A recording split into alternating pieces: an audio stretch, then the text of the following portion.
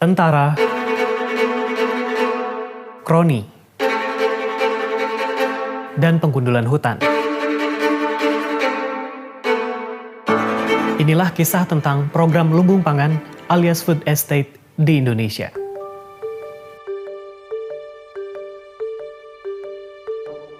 Tahun lalu, pemerintah mencanangkan ambisi untuk meningkatkan produksi pangan setelah PBB memperingatkan bahwa akan terjadi kelangkaan pangan karena pandemi.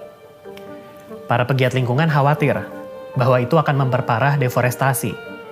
Tapi Kementerian Lingkungan Hidup dan Kehutanan ngotot bahwa hutan Indonesia tetap aman. Lantas, apa yang sebenarnya terjadi? Semua berubah dalam hitungan bulan. Kementerian Pertahanan merambah hutan di Kalimantan. Pemerintah juga melucuti peraturan yang melindungi hak-hak masyarakat dan lingkungan. Pemerintah membuat peraturan baru. Kini berjuta-juta hektar lahan hutan boleh dibabat demi program lumbung pangan ini.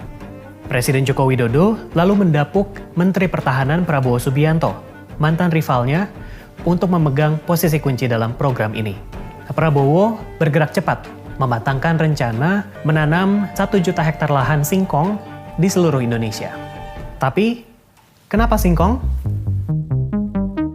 Kemhan mau mengganti tepung impor dengan tepung singkong produksi lokal untuk produksi mie. Dan masalahnya, menurut banyak kajian, termasuk dari Bank Dunia, program ini tidak mampu menjadi solusi kelangkaan pangan di Indonesia. Banyak orang yang sulit mendapatkan makanan atau gizi yang cukup. Makanan mahal karena ongkos produksi yang tinggi, masyarakat juga sulit memperoleh makanan bergizi seperti sayur dan buah. Masalah ini tidak bisa diselesaikan hanya dengan membabat hutan untuk menanam singkong seperti rencana Kemhan.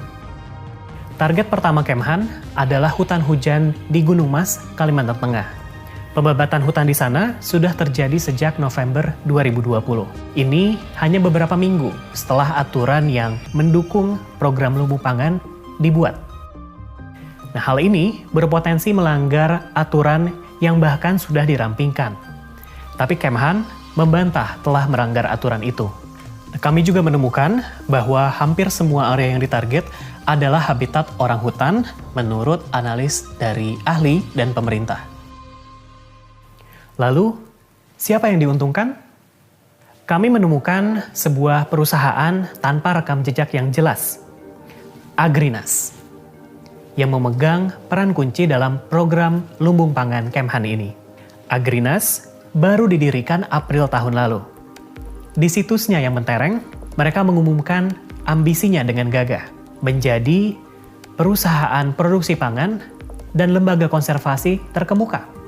Agrinas adalah perusahaan swasta, tapi kepemilikannya agak aneh karena dimiliki sebuah yayasan amal yang awalnya didirikan untuk membantu anggota TNI mendapatkan pendidikan dan rumah. Siapa yang memimpin yayasan tersebut? Menteri Pertahanan Prabowo Subianto sendiri, dibantu dengan sejumlah perwira. Sementara manajemen Agrinas didominasi oleh politisi Partai Gerindra, partai yang dipimpin Prabowo dan juga lingkaran terdekatnya.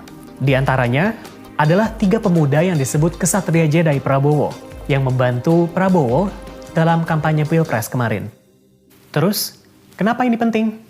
Menurut para ahli, ada konflik kepentingan. Ketika Menteri Pertahanan memiliki kendali atas sebuah perusahaan swasta, perusahaannya mencoba meraup untung dalam program lumbung pangan yang diawasi oleh Kemhan sendiri.